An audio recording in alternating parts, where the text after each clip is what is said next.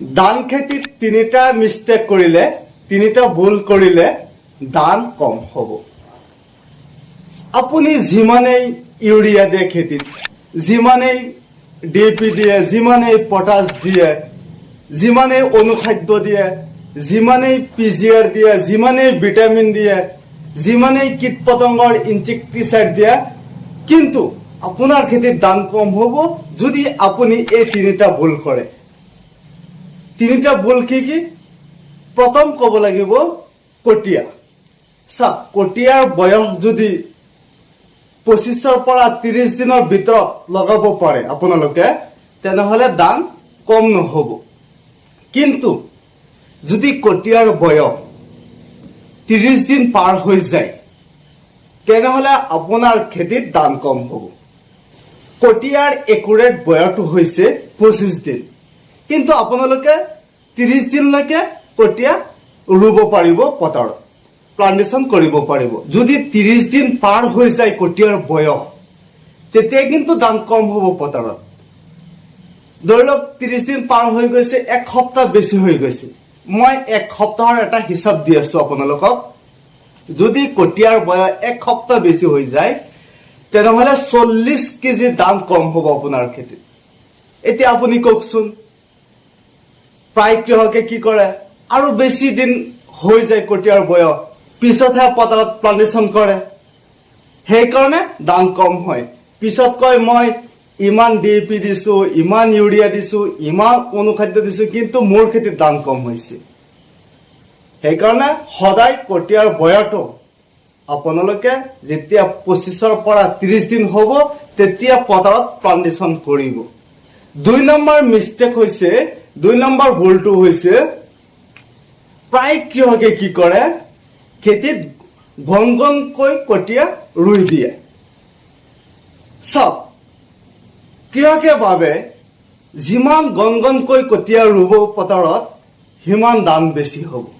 এইটো এটা ডাঙৰ ভুল। ঘন ঘনকৈ বেছি যদি কটীয়া পথাৰত লগাই দিয়ে, ধান কম হ'বহে। স্পেচ থাকিব লাগিব। স্পেচ যদি নাথাকে খেতিত, আপুনি ঘন ঘনকৈ লগাই দিছে কটীয়া, কিন্তু ধান কম হ'ব।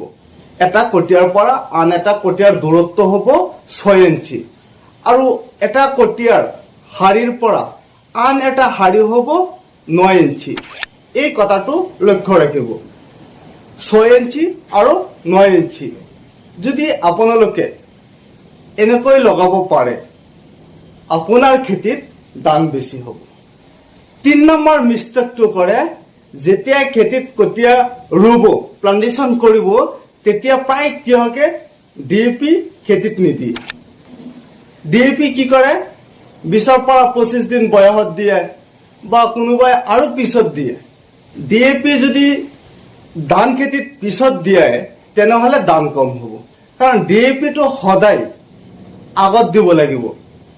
যেতিয়া আপোনালোকে পথাৰখন ট্ৰেক্টৰ দি হাল মাৰিব, তেতিয়া ডিএপি ব্যৱহাৰ কৰিলে আটাইতকৈ বেছি ভাল, ধান বেছি হ'ব। কিন্তু ডিএপি পিছত ব্যৱহাৰ কৰিলে ধান কম হ'ব।